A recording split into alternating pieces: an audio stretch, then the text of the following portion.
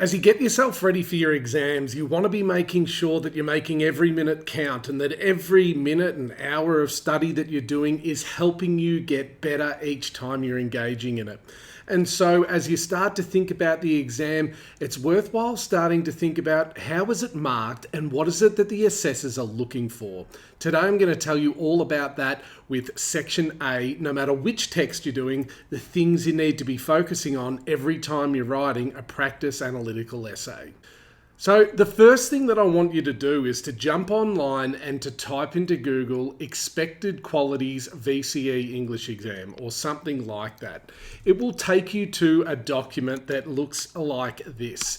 And as you go through it, you'll notice that each of the 3 areas of study are listed here. Now, of course, because you've just found this on Google, this is available to everybody, but it's a really great sheet of information that is there to guide the assessors in how they go about assessing your exams and give them a set of guidelines that they can follow when they're looking to really make the differences between what's a 4, 5, 6, 7, 8, all the way through to 10 or below 4 as well. So it's a really great document that the assessors use as a guideline towards how they go about assessing your pieces. And you can be using it in your revision to be making sure that you're on track. What I'm going to do today is I'm going to take you through each of the 3 things that are listed as the criteria for each mark and give you ideas about how you can be moving towards them so you can start climbing this ladder. As you take a look at it here, there are 3 different statements made for each of these criteria. And if we take a look right here in the middle at these 4, 5, and 6, we've got the idea of the text, familiarity with the text, basic knowledge of the text, adequate knowledge of the text, and so it goes. And so when we have a think about that, it's really worth asking ourselves, okay, what are the 3 things that all the assessors are trained to look for when it comes to marking Section A, and how is it that I can improve in all 3 of them? We've noticed that the top one there is all about knowledge of the text. And so when we start to think about that, I want you to be understanding that knowledge of the text means much more than just what happens. Knowing more than just the plot of the film or the novel that you've read or the play that you've studied, whatever it might be. It's about having an understanding of what the author is saying and also how they've said it. And so one of the key things that I say to students anytime I deliver presentations to their schools is that you need to be talking about what the author is saying and how they've said it. What are their messages, their values, their key ideas, and how have they constructed the text? That is how we start to make distinctions between a student who knows the text and a student who has, as you can see up there at the very top, when it gets to those 8, 9s and 10s, that close and perceptive knowledge of the text. So it's all well and good to know that that's what we're looking to do and that's what we're being judged on, but how do we do it?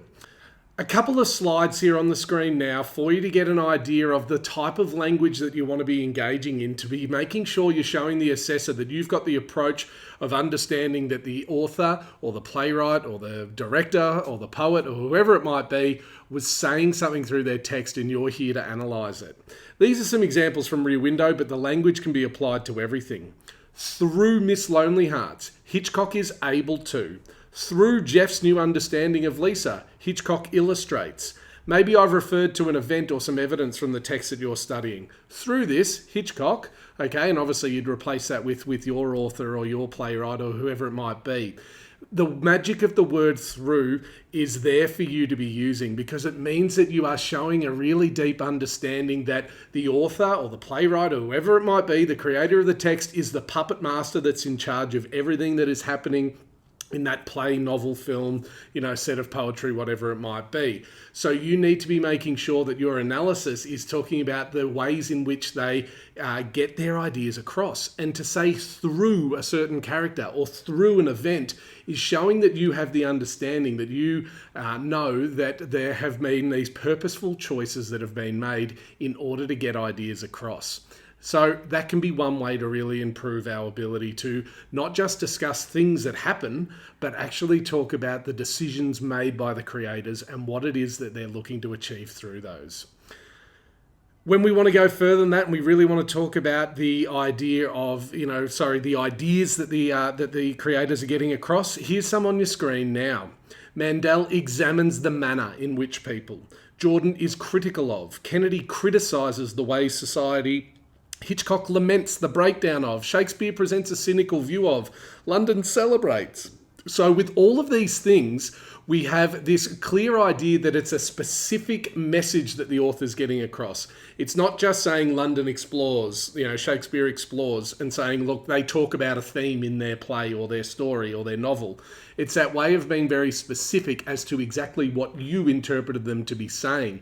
So when we take a look at some of those verbs that are used about criticizing or lamenting or celebrating, we're showing a really distinct interpretation of the text.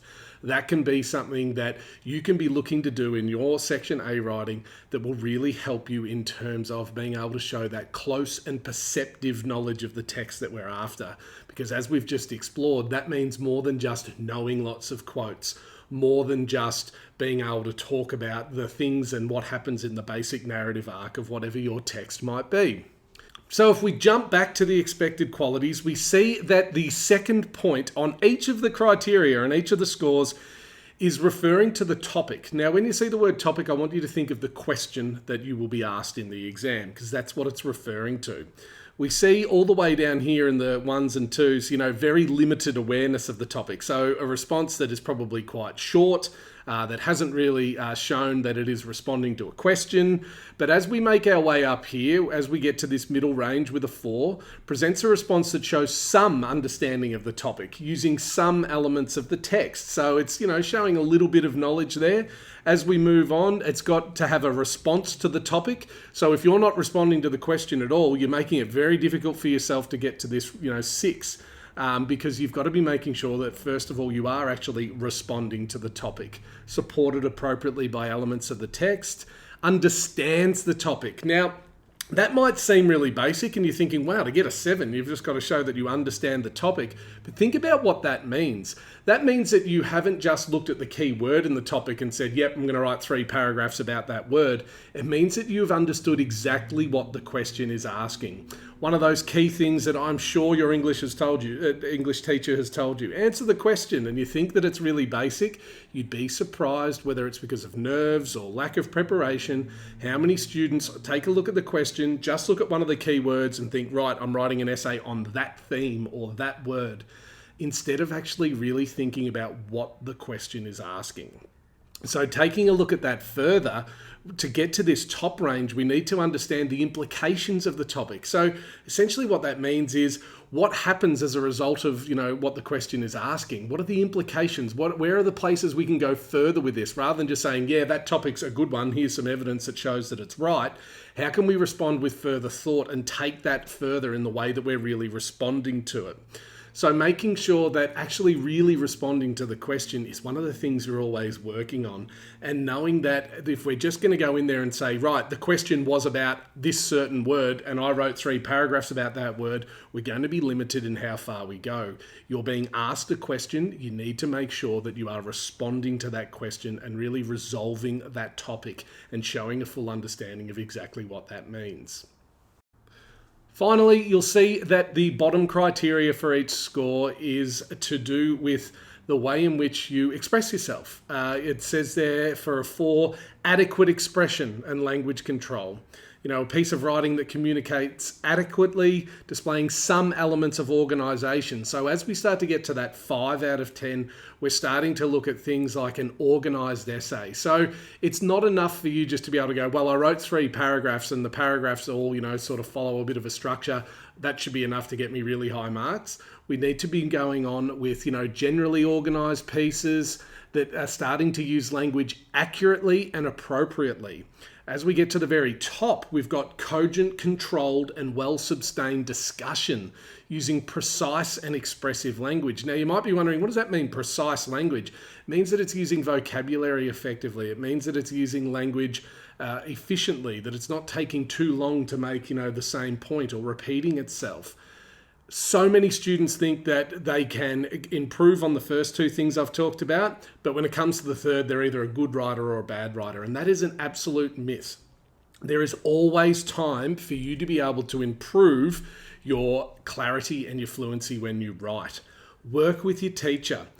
Be prepared to put in the hard work by writing practice paragraphs so that you become really comfortable and confident with certain sentence starters, certain sentence structures.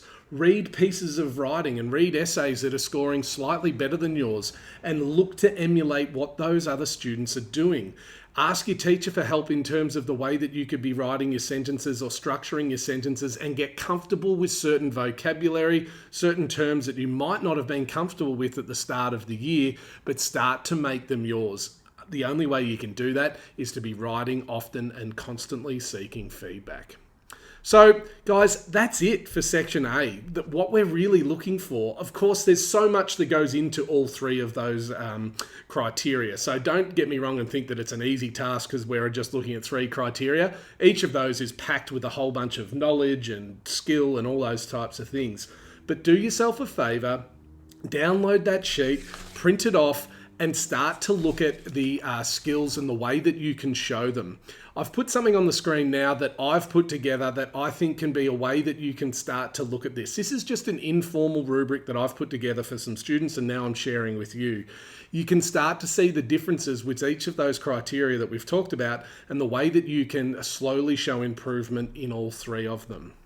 To finish off, let's think about what the main focus is when it comes to section A. And what I mean by that is you are going to write, if you go in there and you write a full essay, you might write, 3.5 pages. And that's going to be, however many words that might be. But what is it that you are going to write where the assessor is going to think, yep, this is where this student is climbing the ladder. This is where this student is really showing that they are getting what they are supposed to do when it comes to this section. As we've mentioned, really making sure that you've got sentences in there that are helping you respond to the question with analysis that is based on what the author or the creator of the text is saying and how they've constructed the text in a manner in order to get that idea across. It takes time and space to, be able to put in evidence and to be able to set yourself up for analysis. But the focus is not showing how much you know and providing, 20 quotes when 2 would have done fine. It's about getting to that analysis of what the author is saying and how they've said it. And if you're doing that in a way where all of your analysis is helping you really respond to the question, that's when you're going to start rising up that ladder pretty quickly. How can you do this in looking at it, and how can you check with your drafts? Get out a highlighter, and actually when you've sat down and you've written a practice piece, say you start writing those 1-hour practice pieces, which is a great exam revision tool, highlight any sentence where you're providing an interpretation that's helping you respond to the topic. Get used to feeling good about the fact that you've highlighted a sentence because you're saying to yourself, that's where the assessor would think, yep, this student's really responding to this question and they're really engaging with it. Highlight any sentences where you're analysing the ideas, the values, the messages of the author. A lot of the time, obviously, that's going to start with the author or the creator of the text name. So get used to using their name quite a bit. Or any sentence where you've analysed the construction of the text as well. There's no, perfect answer to this in me saying, right, you should have 4 sentences or 8 sentences that are highlighted. But what you should be seeing is that you should be highlighting, more sentences than what you're not. We obviously can't always be doing these things. Sometimes we have to set these things up with providing evidence and all those types of things. But it should always be our goal that that's where we're heading towards, because we know that is what we're going to be assessed on. I'd love to answer any questions that you have. Please put them down there in the comments section down here. If you are after some more specific advice for your particular text, jump onto our channel and check out the rest of that. Subscribe to the channel so you can keep up to date with all of our videos. Until I see you next time, all the best with your study. Check out our Section B and our Section C video. We're going to have them up quite soon as well. And good luck with the exam.